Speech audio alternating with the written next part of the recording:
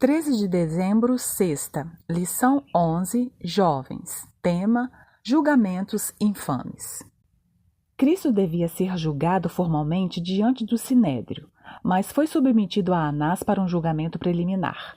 Sob o governo romano, o Sinédrio não podia executar a sentença de morte, só podia interrogar um prisioneiro e dar a sentença para ser aprovada pelas autoridades romanas.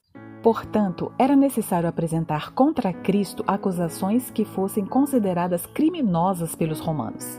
Também era preciso achar uma acusação que o condenasse aos olhos dos judeus. Vários sacerdotes e autoridades foram convencidos pelos ensinos de Cristo. Unicamente o medo de ser excluído da comunidade religiosa os impedira de confessá-lo.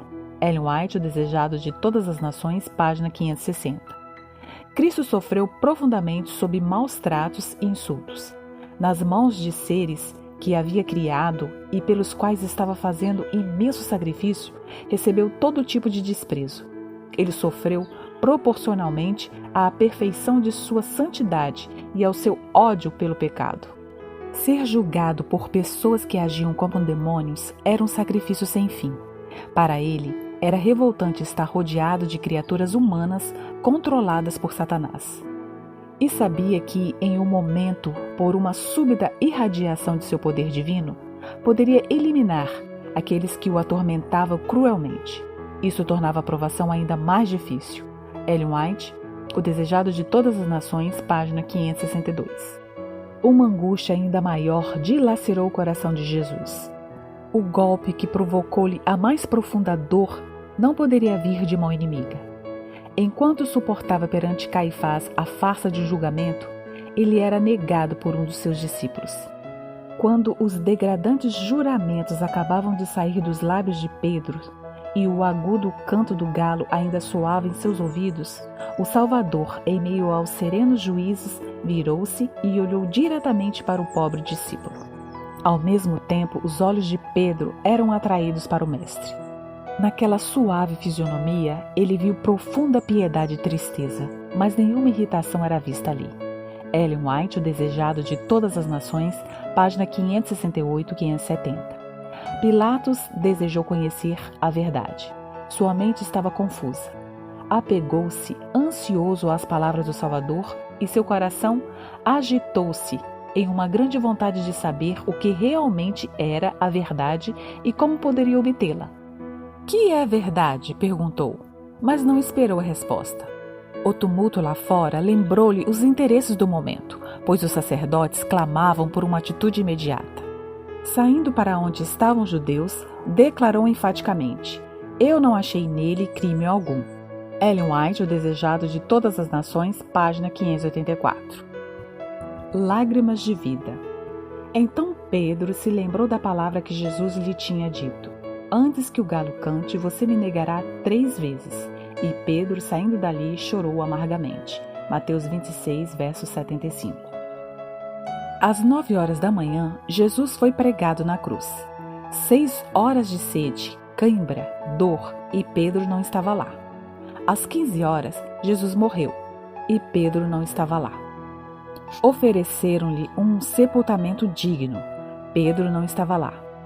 Sábado, silêncio da morte, ele também não estava lá. Domingo de manhã, não foi Pedro, foram as mulheres que encontraram o túmulo vazio.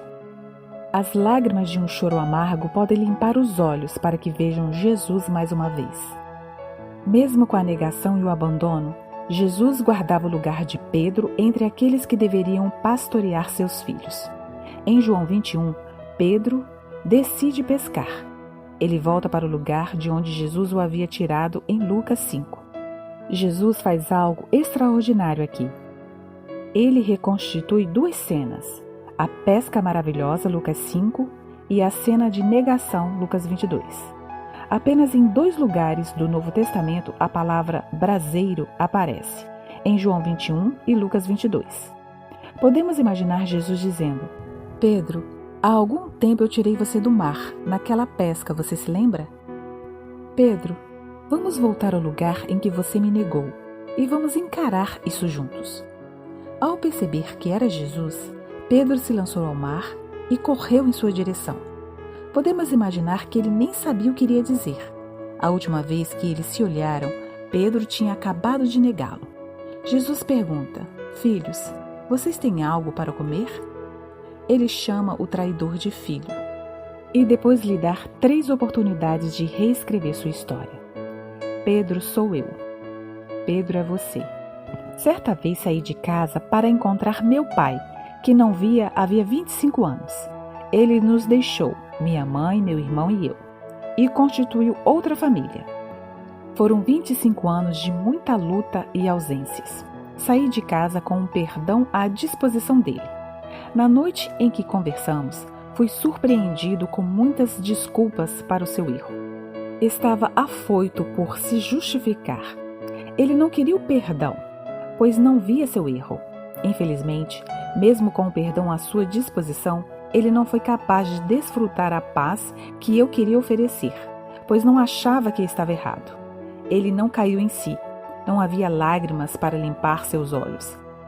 Ele não conseguiu ver Jesus mais uma vez. Diálogo aberto. Como você pode cair em si para alcançar o verdadeiro perdão?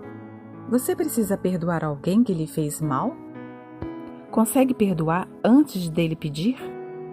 Quais estratégias podemos usar para tratar os outros como Jesus tratou Pedro? Bem, amanhã tem mais, fim da lição. Bom dia e feliz sábado!